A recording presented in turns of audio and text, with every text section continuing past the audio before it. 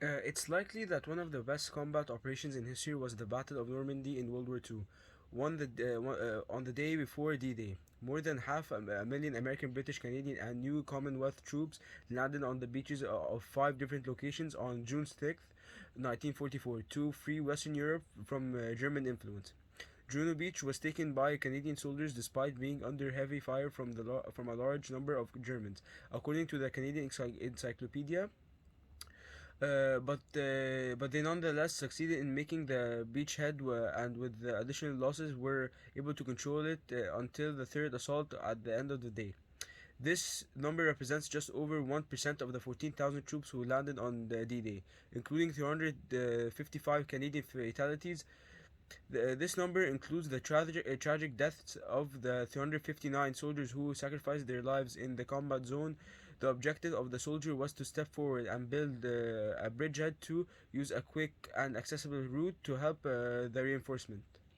The position of Canada was significant on D-Day when they bombed the enemy ground troops on the ground as well as the German airspace with their planes. At the same time, nearly 10,000 Royal Navy sailors participated in the operation, which led to the invasion of an outstanding 110 naval vessels, having a whopping 10,000 men added to the number of these new recruits. History tells us that soldiers' goals were to advance inland and capture a further 15 kilometers over the course of the day. Canadian minesweepers cleared the path of the landing troops only hours before other Allied forces.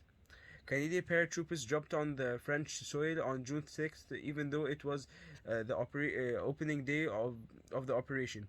On both sides of the Strait of Belle Isle drops a D-Day at 11:30 a.m. Despite the odds being stacked against them, the courageous troops were able to trap the enemy's command and control nodes and the themed Lions Gate, preventing the enemy from accessing the beaches in their sectors.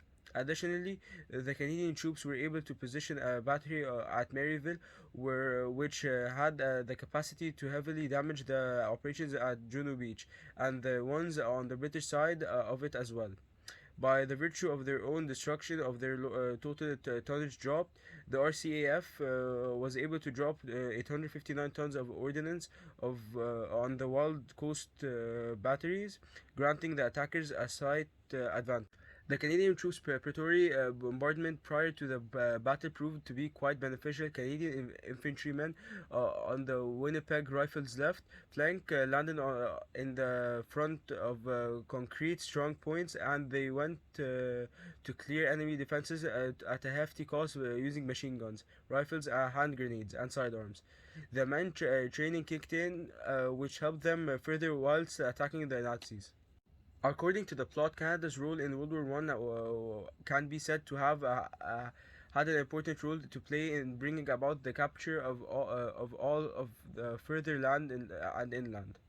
However, Canada is also pleased with Juno Beach invasion, though troops were unable to fight off the Germans. Even they had several obstacles. A number of lives were lost, and their outcome was outstanding, even more so than the war itself. The invasion was a source of fear for many Canadians who were still engaged in a long and dangerous military campaign on the home front lines. In terms of its effect on the casualty list, did cause distress, terror, and sadness, but the Canadians got through their trauma and found their motivation because it. The successful D-Day invasion by Allied forces into Nazi-occupied Europe was the final victory for the Canadians of the conflict.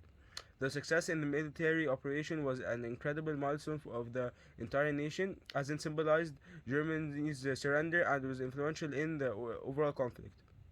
D-Day defenders are significant, and they were involved in many conflicts with precious previous generations who fought hard to ensure our survival.